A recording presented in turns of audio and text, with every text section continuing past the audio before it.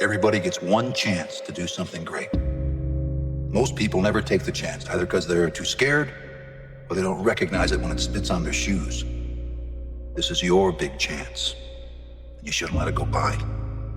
I mean, you remember when you busted the guts out of the ball the other day? Someone's telling you something, kid. If I was you, I'd listen. So we don't stop. If we start something, we see it the entire way through. At the end of it, even if you don't like it to the highest level, you know that you put your time, energy into something that you're at least proud that you did, proud that you were able to put a period on that sentence. That's why when I train a fighter or I train someone, I'm like, you have no idea how great you really are. Because you are using such minimal of what you have. And one of the things, like what father always told me, you don't need to work. You don't need to, just stay focused, train, and your time gonna come. Is that when it feels scary to jump, Ian, that is exactly when you jump. Otherwise, you end up staying in the same place your whole life. And that I can't do.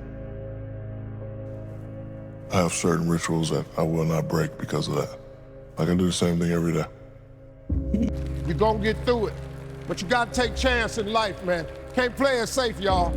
You gotta jump, you gotta go for it. People who take action before they feel ready develop greater confidence through experience, not preparation. The fact that something really devastating happened in my life gave me the opportunity to have something great happen. And I think that's the way it works. You gotta have good and bad. I promise you, if you can actually go through 100 days of rejection, your life will change.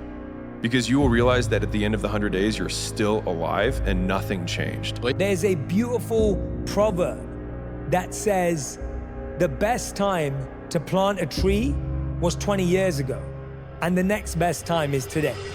But the barbaric life that I live, that you have to live, the almost obsession that you must have to be great, you can't put that shit in the fucking book, bro. You can either live your dreams or live your fears. And I think the majority of people actually are not living their dreams, but are living their fears.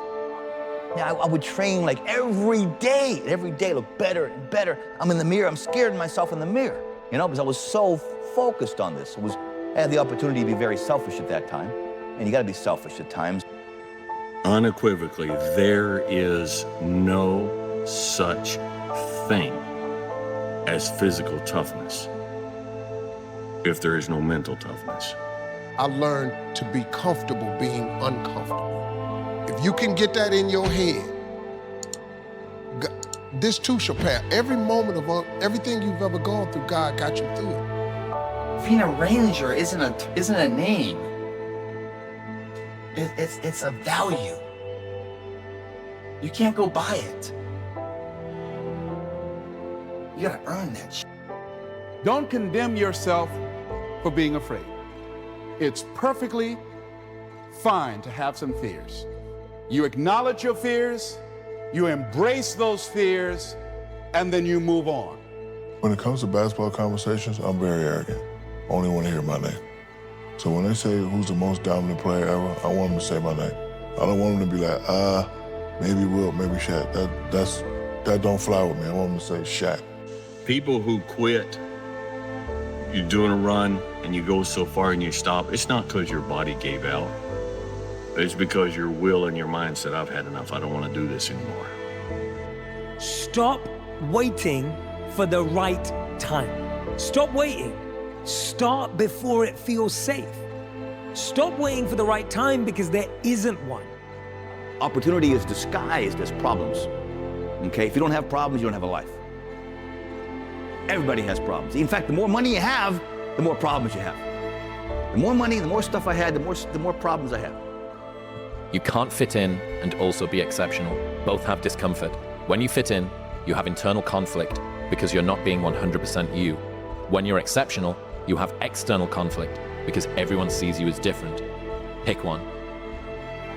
And it doesn't matter if they win or lose. It's just the fact that they're committed to try.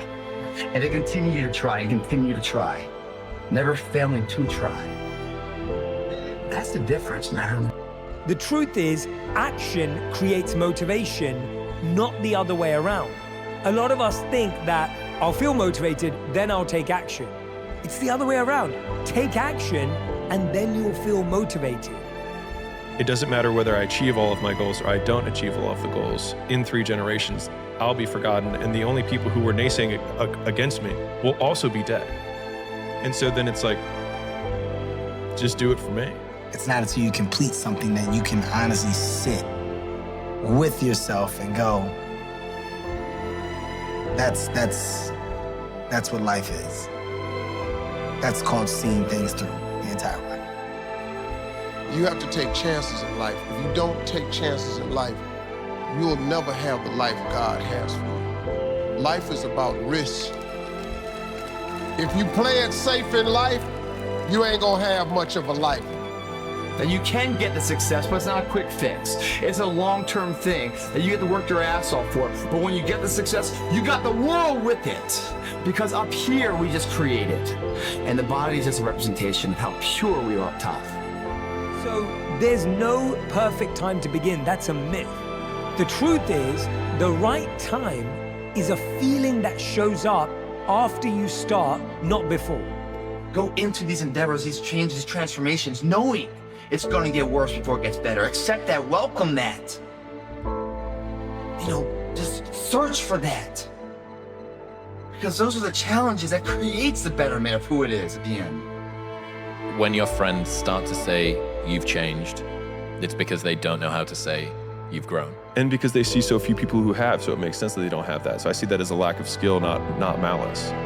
Like, it's not that they're bad people, they just don't even know it because so few people do change. Yeah. So few people do grow. If you're gonna get credit for courage, then there has to be some level of risk, whether it's, you know, capital risk in doing something in business or physical risk if you're doing something to run into a fire to save somebody. Yeah, so I think courage has to have some kind of risk involved. Abraham Maslow said that life is about growth. And he said, you can either go back to your comfort zone, and there you won't find any growth, or you must be willing to go forward and face your fears again and again and again. Well, most people are not willing to pay what it costs to go after your dream, because you're gonna have to hurt a little bit. And most people don't like being uncomfortable. If you don't want to be uncomfortable, please do not pursue success, because success is a very uncomfortable feeling.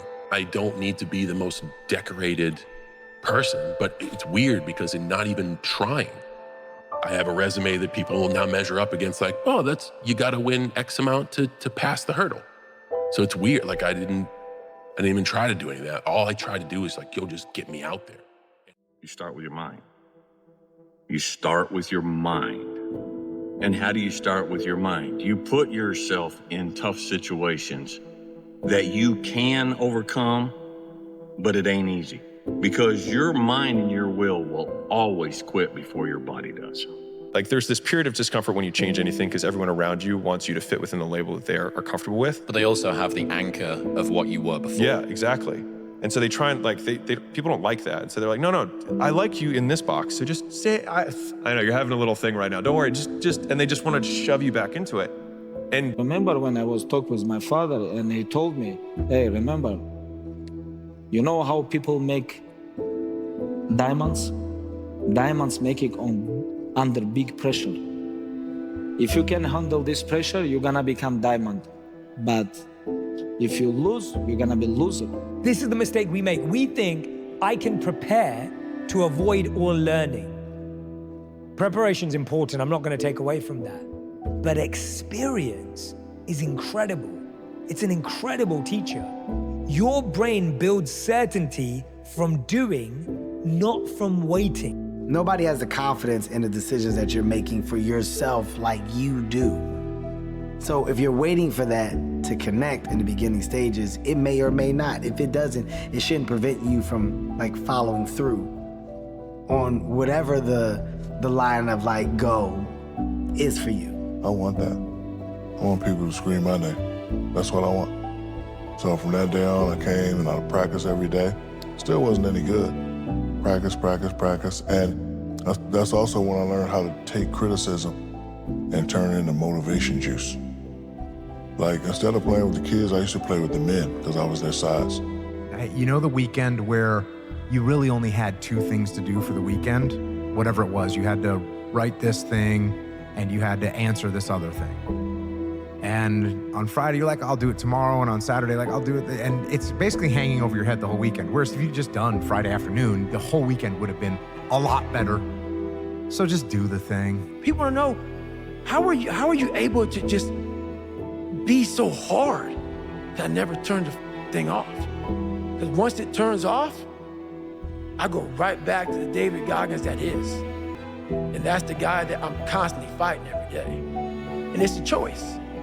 And that choice makes you misunderstood. It makes you crazy. In life, there's good and there's evil, and there's good and bad. And a lot of times when evil and heavy, terrible things comes along in your life, it's really an opportunity.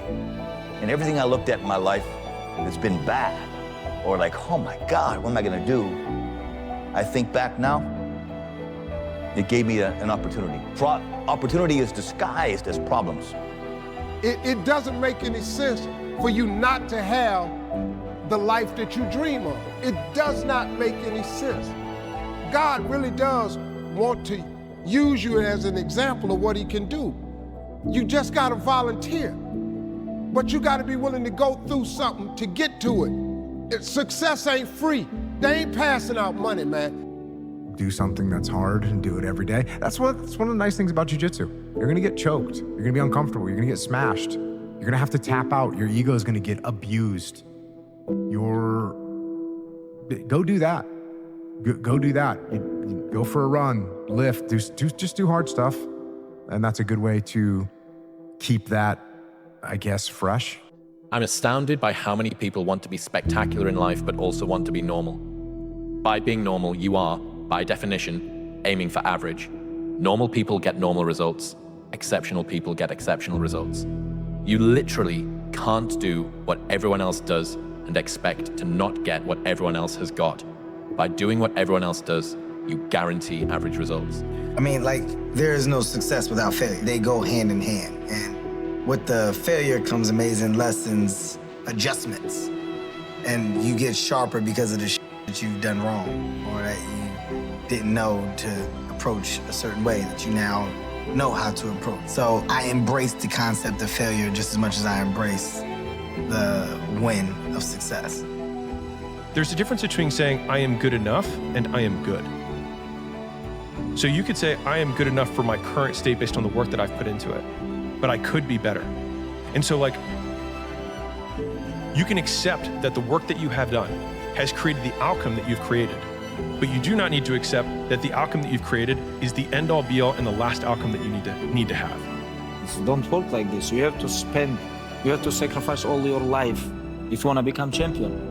But same time, if you have to make money for you to live, it's better make money. Because if you are not ready to sacrifice everything, even 1%, it have to be like 100%. You have to be focused to become world champion. Hey man, stop thinking, man, that your life is over because you're a certain age. Oh, who are you to determine? You know what I can't stand when I hear Christians say, well, I guess it was the Lord's will. If it was the Lord's will, I would have had some money by now. No, you can't dump that on God. God's will is that you prosper. That's his will. Every second of the day, he is trying to extract more from something. He's constantly thinking, he's constantly disciplined, never going off the path. Whatever is injured on him, he figures a way. It's a conqueror's mindset. And very few people, if any, can really understand what that is. When you go to the cage, you have so many emotional camps same time on your head.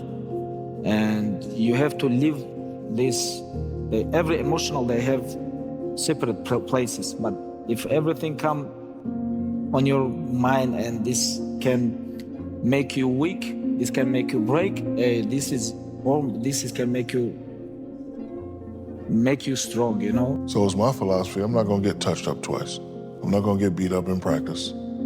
and I'm not gonna get beat up in the game. So I'll chill and practice, and I'll give you my all in the game. So when they used to see that, it was like, oh, he's not working hard, but I'm not. I'm not gonna work hard. I'm gonna go out in front of these 16,000 people and give you 28-10. I'm gonna go out and dominate. I'm gonna go out, hit clutch free throws when I need them. I didn't like squatting at all, to tell you the truth. It's scary. Your hands sweat, you get nervous, and you get kind of anxious. But I'm addicted to the feeling afterwards.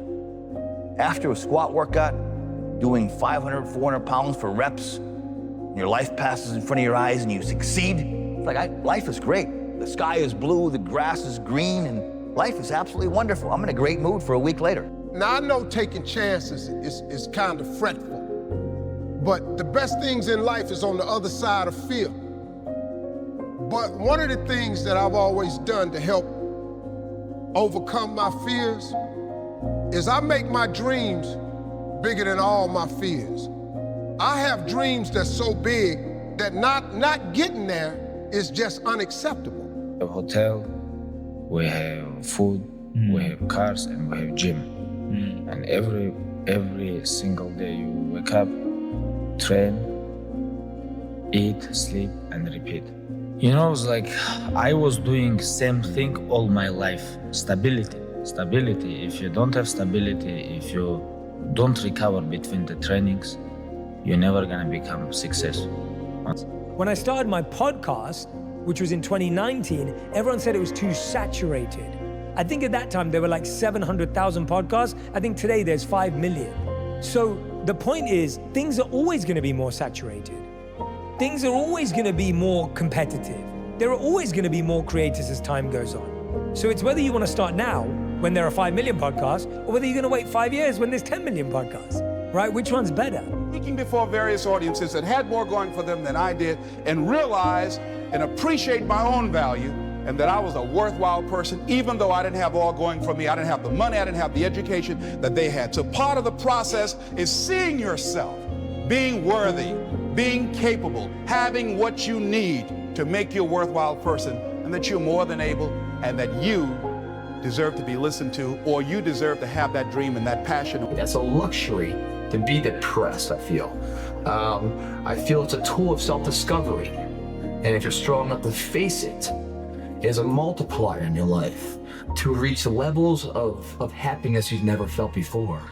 It's the rebound effect of life that really drives who somebody is. And I said this before, I think your greatest hour is usually followed right after your worst hour is spare. You have to find out what you're all made of. You know, you have to train every day. You have to do same thing: sparring, grappling, wrestling, running, like meets, bag, every single day.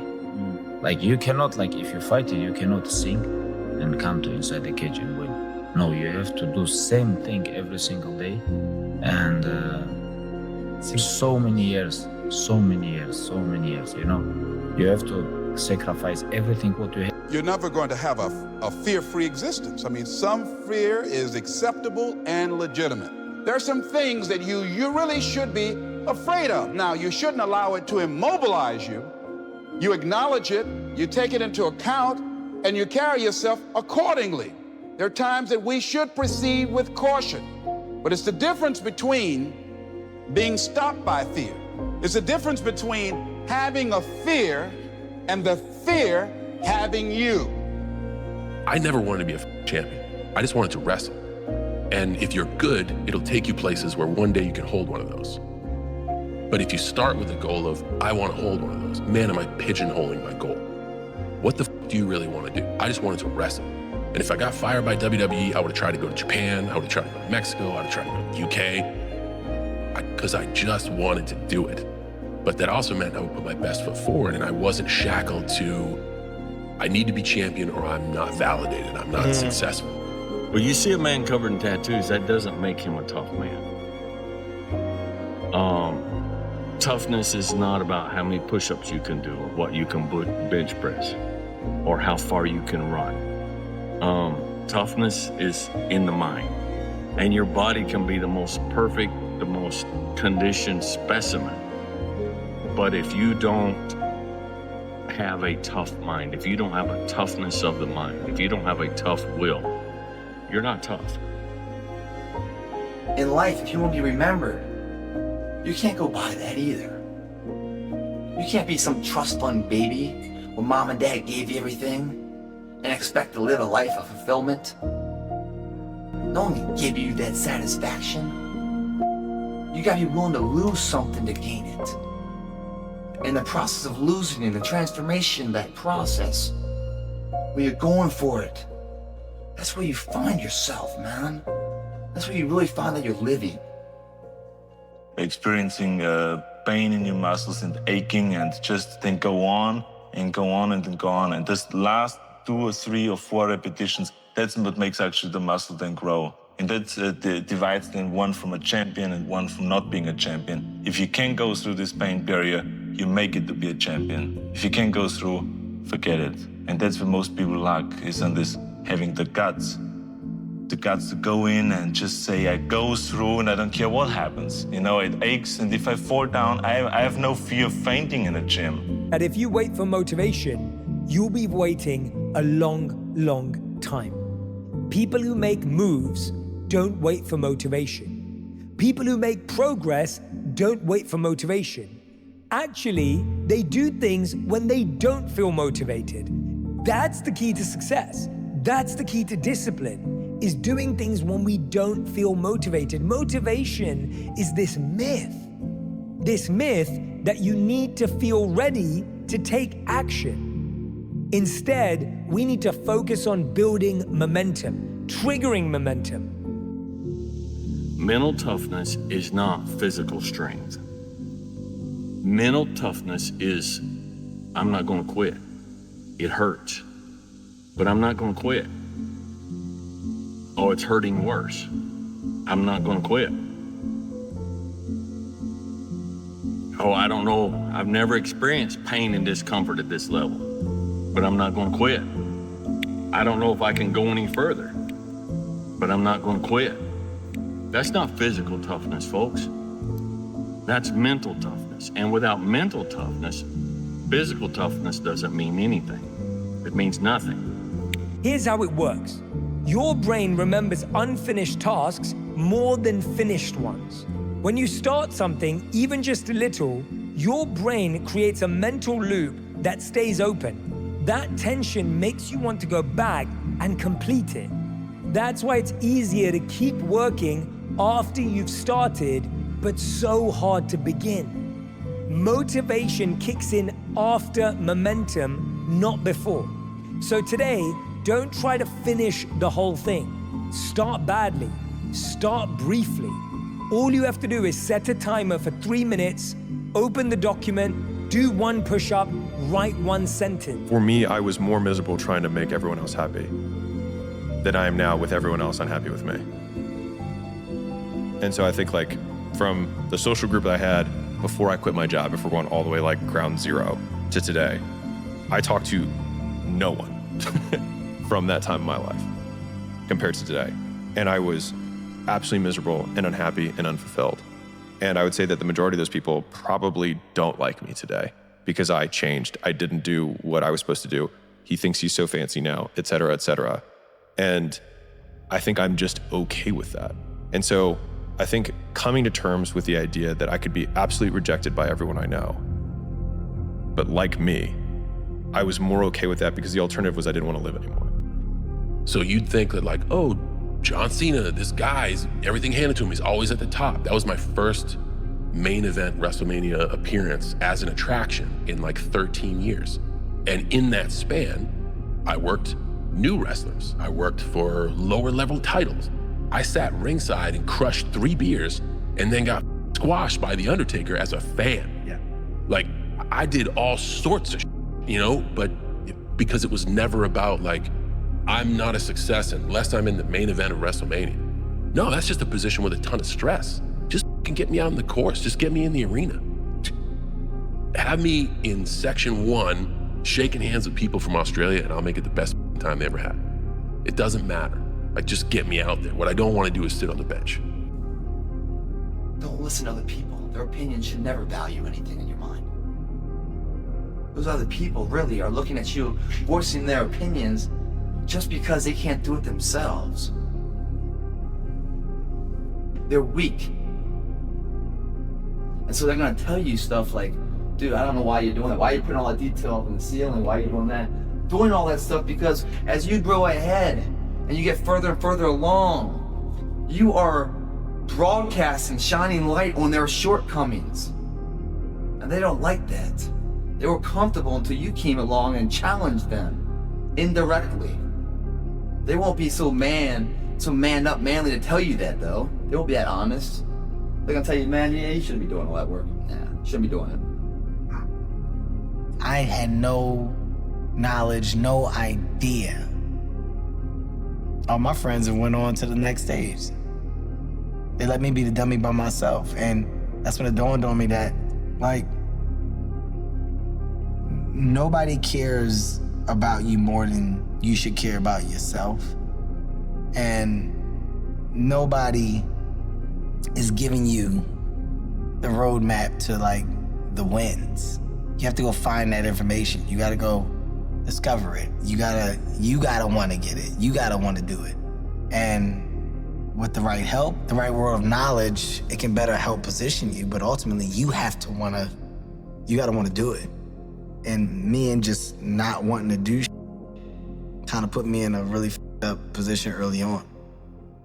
I'm 16, 17, I can't read, I can't write, and oh my God, I'm so behind the power curve and my brain is about being depressed and my dad beat my mom's not home. And it wasn't like someone came around and said, hey man, you can do this. This is all me. Some people know, where does this cold man come from? I'm not trying to be cold. It's the reality of my life. It's the reality of a lot of people's lives. And so, yeah, that had to happen for me to be haunted, to pull out, to extract the God in the day. That haunting is something that's still there today. Because no matter how much you improve, no matter how much you change who you are, it's not permanent. And this young man had been up there a year ago and was riding, and he had a horse accident. And he broke 10 ribs. Now, most of us who've been actively riding for years have broken ribs. I have. Most of the guys I know I have. But none of us have ever broke 10 ribs. But medically proven, he's got the x-rays, he broke 10 ribs. Punctured lung, one lung deflated. I think he lacerated or punctured his spleen. It was a bad wreck. And there happened to be a vehicle in the area that's close enough by to get him in the vehicle, get him down and get him to the hospital and save his life. It was a bad deal. This year, 1 year later, that young man was up there with us. He got on the same horse he was riding when that wreck happened last year. We went back up on that mountain and went to that spot. That young man rode that horse, the same horse, up the same mountain, and we rode to that spot 1 year later.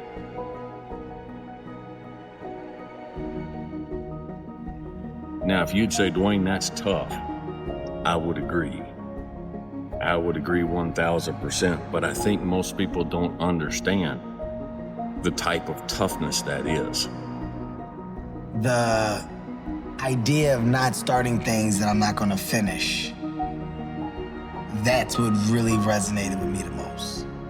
So like, I started a lot of stuff that I didn't complete in the younger years. That was me and my mom's battle. No, you're gonna finish it, and she would make me finish it. Now I wanna quit. No, you're gonna finish it. So I ended up doing a lot of things with an attitude, which is why I half-assed it. And as I got older, you realize, well, why are you putting time into something in the beginning that you don't wanna see through? Why?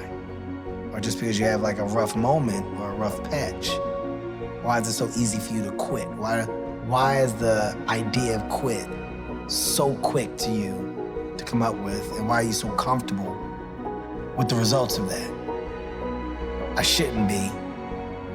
And that shouldn't be my motto. Success isn't a goal, a journey, or a destination. When you get it wrong, it's a horizon. Every single step that you take towards it, it runs one step further away.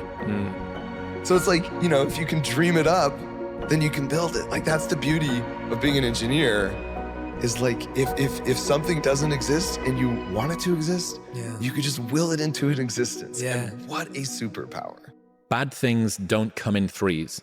Bad things happen, people don't know how to cope, and they allow one bad thing to snowball into more. Bad stuff sucks.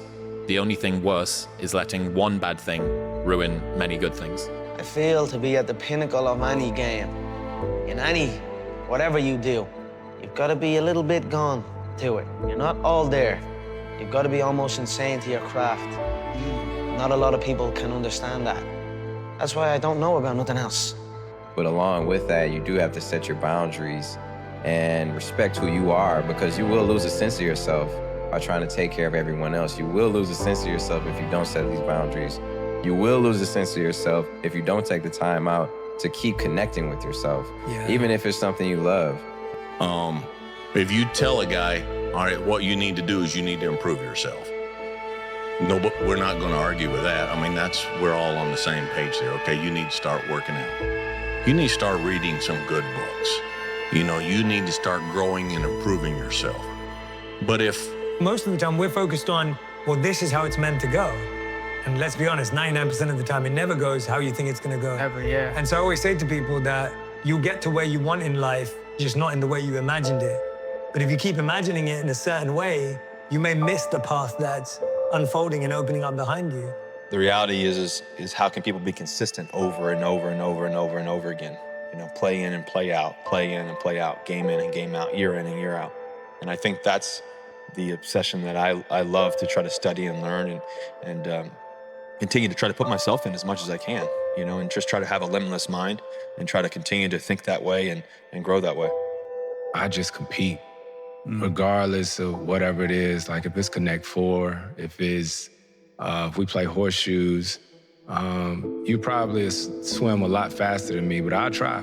Yeah, I'll try as long as my feet can touch the.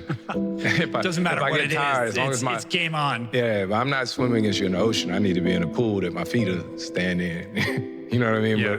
Our easy thing to do is sit on the couch and say, fuck, somebody else's fault. Right. Yeah. The tough thing to do is life is handing me a moment right now. And dude, I don't bat 1,000. I mean, it's more like Major League Baseball. I'm hoping 300 gets me in the Hall of Fame. Like, if I can capitalize on 30% of the moments that life gives me and squander the other 70%, I believe I will go into the ground being like, man, I earned life. Some of them maybe, but I think some of them just don't have discipline. There's an issue with that as well. There's also an issue with momentum. You're not used to doing it. It's not a part of your life. It's not something that you're accustomed to pushing yourself. There's been many days where I didn't want to work out. I just didn't feel like I had the energy, and I just forced myself. And I think there's very few people out there that know how to force themselves. That's a learned skill. I think successful people do what unsuccessful people don't like to do. And first of all, whatever we do, and from a business perspective, I need to understand what it is that people in my field do to succeed. So a lot of it is not being ignorant relative to the things that it's going to take. So in business, it might be building a pipeline and my marketing strategy. I think in health, the exercising platform. But what specifically can I do to get to that next level? How if we don't learn to master the mind and learn to master our emotions, there is no success in life. That you could be anyone and have anything and have everything, but if you weren't able to reduce envy, reduce ego, reduce illusion in your life, then ultimately you're going to be lost no matter what. And I felt those two ideas of self-mastery and service were so attractive that I was like, that seems like a worthy pursuit. Like that seems like something worth dedicating my life to.